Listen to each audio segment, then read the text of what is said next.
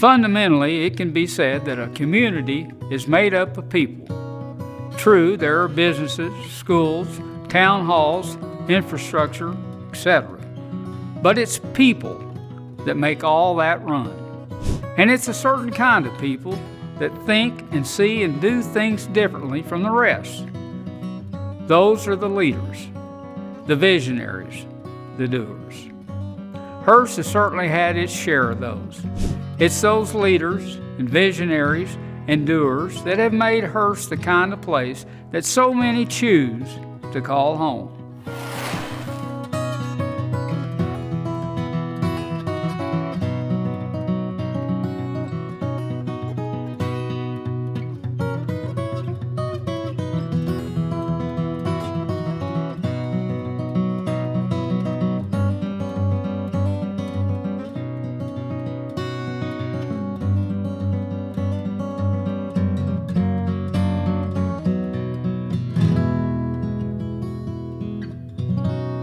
We were lucky enough and had good enough leadership in the early days.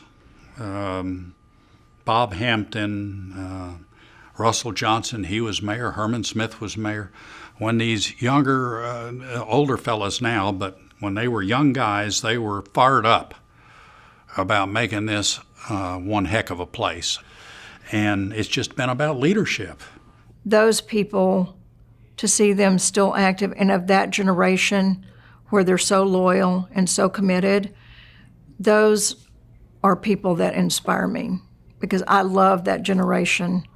A lot of the pioneers, and I'm going to call them founding fathers, but I didn't really ever feel like they were old. They were young, they were industrious, they were a very giving group. This community will continue to be a really jewel in the Metroplex, and an example for so many across the state and beyond because of the visionary leadership that we've always had.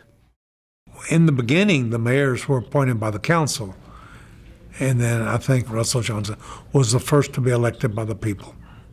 I was mayor pro tem for Herman Smith. Herman Smith was mayor. So then the next term in '66, I ran for mayor. And it was the first time that the Hearst people voted for mayor. Up to that time, the council elected the mayor from one of the council members. So I was, I guess, the first elected mayor by the people of Hearst. Bob, I don't think got rich, but he worked for Bell Helicopter. And Bob Hampton was the first mayor to go beyond 2 to 4 years. I was mayor from 70 to 80. I enjoyed the challenge of trying to keep the thing on course, to keep the city on course with the bond elections and the buildings in the street. And everybody was interested in everything that's going on, and they wanted to talk about it. And we'd fill the chambers every time we met because we had so many zoning hearings. I think I'd saved $1,100 cash is all I had. And so once it got approved, 6 weeks later, went to close on it. They gave me the keys to the house, and I went. There were bulldozers running up and down. The trees were being pushed over, and Northeast Mall appeared a half a block from my house. I can thank B.J. Hampton for that. B.J. Hampton was really instrumental in getting Northeast Mall here. Now, as a council member and a mayor, I am really happy he did. Bill Saller was one of the first pioneers that I recall. Again, Bill was not what we call an older person. He was a young, enthusiastic member of the community. He was our postmaster as well as our mayor. His wife was very, very active in the school district. And actually, she was on our Board of Education. Bill and Dodie, because Dodie's the one that made it work. But I remember, my mother would allow me to go if she needed some stamps from our home to the old post office there on Harmon Drive. And I would walk, and when I would walk in, there would be this icon, dark-haired, good-looking postmaster, Bill Souter, that I would see in church on Sunday mornings, but then I would see at the post office. And then obviously Bill became, I'm sure, the longest-serving mayor in the city's history. He shaped everything. I remember we did a roast for Souter when he finished years ago as mayor, and I attributed the fact that Hearst was the recipient of not only Bell Helicopter and Northeast Mall, but Bill Souter was also responsible for getting the Pony Express here. I mean, he had been here shortly after God arrived. In the 42 years my wife and I have been in the city of Hearst, there have been 3 mayors, and really up until last year there had been 2. Bill Souter, Richard Ward. And the 3rd mayor, Henry Wilson, has been on that city council the whole time and wanted to be mayor, but didn't run against Souter and wouldn't run against Ward, and waited his time, and so now he's mayor. So the 3 folks who've been the leaders in Hearst as mayor have all been on the council or around the council for over 40 years. We've been so fortunate that every mayor that we've had since I can remember, and even back in the 60s when I was a kid, they all had the best interest of the city at heart. It wasn't because they wanted to be mayor to enhance themselves or their business. The first mayor was Bill Souter that I worked with, and he was followed by Richard Ward, and then he was followed by Henry Wilson. That's amazing. Over 39 years, 3 mayors. And I think that stability added to the council stabilities. If you have a council that's not working well together, that may be a 3-4 council and could change on the next election, then it's very difficult for a developer to risk millions upon millions of dollars when you don't know what the next election may bring. There needs to be new folks come in, but at the same time, they need to come in realizing that there's a plan, a strategic plan, and not to say that you don't alter it or don't change it, but you don't change it every 2 or 3 years just because you think you want to. There was a lot of stability on the city council. As Mayor Wilson says, we're going to agree to disagree, but we're going to do it respectfully. And that's exactly, from the stability standpoint, that's exactly what the city council has always done. Our council probably gets along better with each other than most councils. We like each other, we respect each other, we work well together. We may not always agree, but we don't argue our point that much. And it's fun to work with people that you like. And they always had the philosophy that they would agree to disagree. And they would agree to disagree privately, but in public, they always had a unified, non-hidden agenda view of things. So it added to the stability of Hearst that other cities, just can't imagine. But we never fuss and fight in public. We made that pledge. We would never fuss or fight in public. And in the 15 years I've been mayor, we haven't. I've used the gavel one time to quieten a person down. I give a lot of credit to how well we work together, to how well the city staff prepared things for us. I think we worked together. We all cared about Hearst, and so I think that's why we were congenial, but with differing points of view sometimes. We had engaged boards. We had the Park and Recreation Board, we had the Library Board, we had the Senior Advisory Board, and we had the Historical Commission. And these were citizens that were appointed by the city council, so they're either friends or neighbors or acquaintances of the council, and they kept us on our toes. They met every month, and we would prepare presentations for them every month of everything that we did that they would have to recognize or recommend to the city council. And these people are all good people. I mean, some of the names, if I could say, there was Alan Neese and Rod Robertson and Betty Whiteside and Carl Jones. We had Charles Swearingen, Kathy Thompson, I think Kathy Brotherton now. These people, I mean, I could go on and on. Bob Hampton, I hate to leave somebody out, but there'd be 70 names on the list.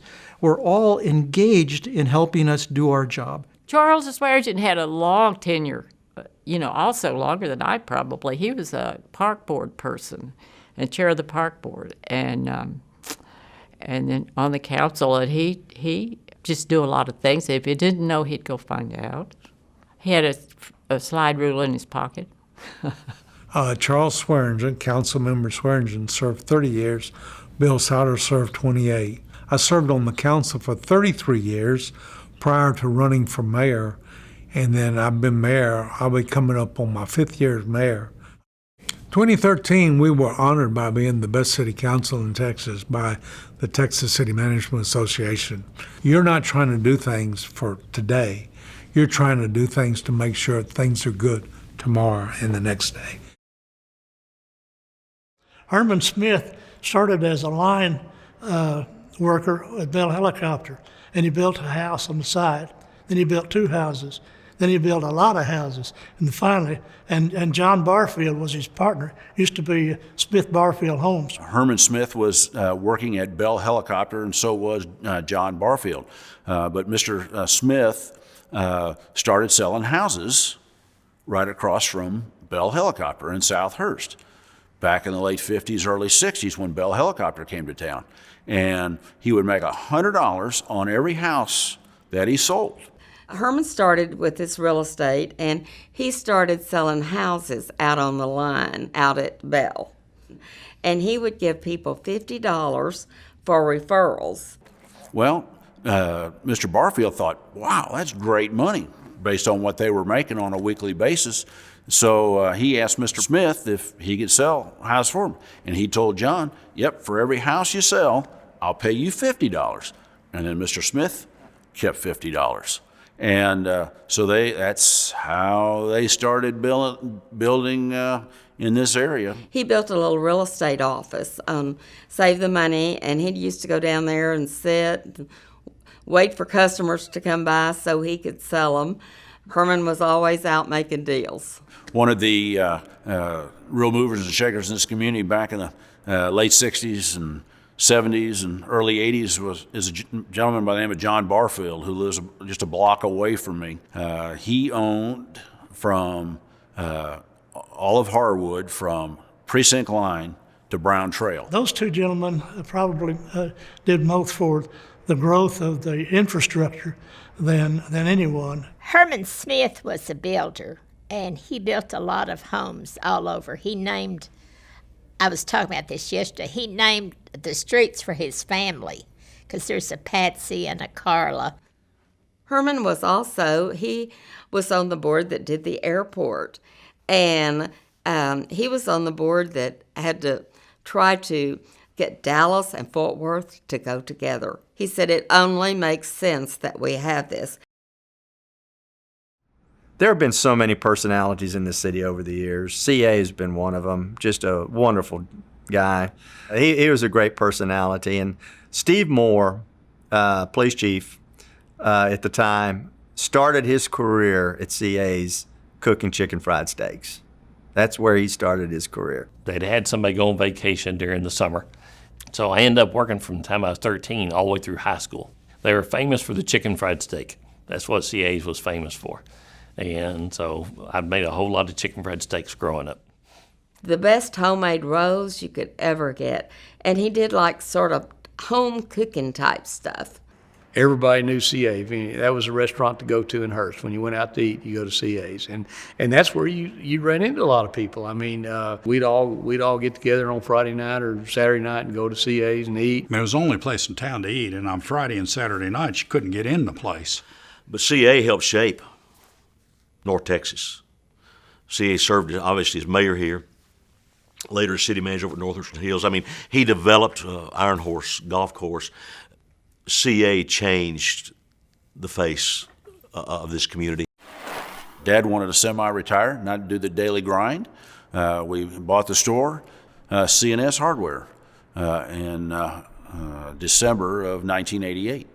And Dad worked a few days a week with us. There at the store, I was 28, my brother Jeff, 27. So as the city's grown, so has the competition, but we're lucky we have done well in the hardware business, which has given us the opportunity to give back to the community. We're very active in the in the community and sponsoring church organizations, school programs, whether it be the sports, basketball, football, cheerleaders, Raiderettes, soccer. He is the epitome, I think, of business that is service focused over at Mr. C's. What they do, my mother, unfortunately, has me for a son that can't do anything mechanical or technical. And so what does she do? She goes to Mr. C's, and Mark Serrier takes care of her.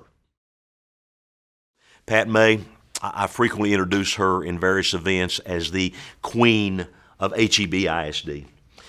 She rules and reigns out of a heart of grace and love, but she really is the queen. Pat May, one of the great educators in this community. Pat May Center named for her. Pat May was honored with a little, I'm going to call it a mini convention center. We didn't have the Hearst Convention Center at that time. I was retired a long time, and I think that was like the year 2000 when they opened that building. And I can't remember who called and told me. Somebody from the administration, I guess it was the superintendent, called and told me that, it was named Pat May. And of course I was so surprised. But it is certainly a great honor to have that. I've always been proud of our schools, because I really enjoyed my work, especially going into the schools and working with the teachers and children, and even if it's just to observe their classrooms, it was just a joy for me. Of the 40 years when I retired from the school district, I was at Bell High School, primarily under Don Brown, a fine professional educator. His theory was, if it's good for kids, it's what we'll do. And that's what we did. And he was progressive, he was visionary. We've had two national principals, one elementary, one high school, Don Brown High School and Bill Barnes Elementary, national principals of the year. 34 years as a principal, I didn't get fired, so I must do something right. Can't tell you the number of friends and people and that embraced us and embraced all those crazy things that Kay Baker and I tried to do and just jumped all over it. And I think we created a culture that said it doesn't matter who walks in the door. By golly, they're going to have a chance to have some miracles. And that's the thing that I'm most proud of, and I think I had a big part of creating that kind of an atmosphere. Hoot Smith was the first athletic director for the school district. We got so high-powered that we had to have an athletic director, and he had been the football coach. But I credit Hoot not only for his influence, but Hoot brought not only football, but physical education to the school district. Obviously, Hoot Smith was one of my mentors after I finally convinced him that I was a good guy and a good coach. Hoot taught me how to communicate with people. And, don't do anything till you communicate. He also gave his blessing to soccer. So Hoot was certainly an iconic figure. Joe Umphreys was the superintendent who contributed to the consolidation of the school district. He, along with some forward-thinking school board members. Newell Odell was the superintendent who followed him.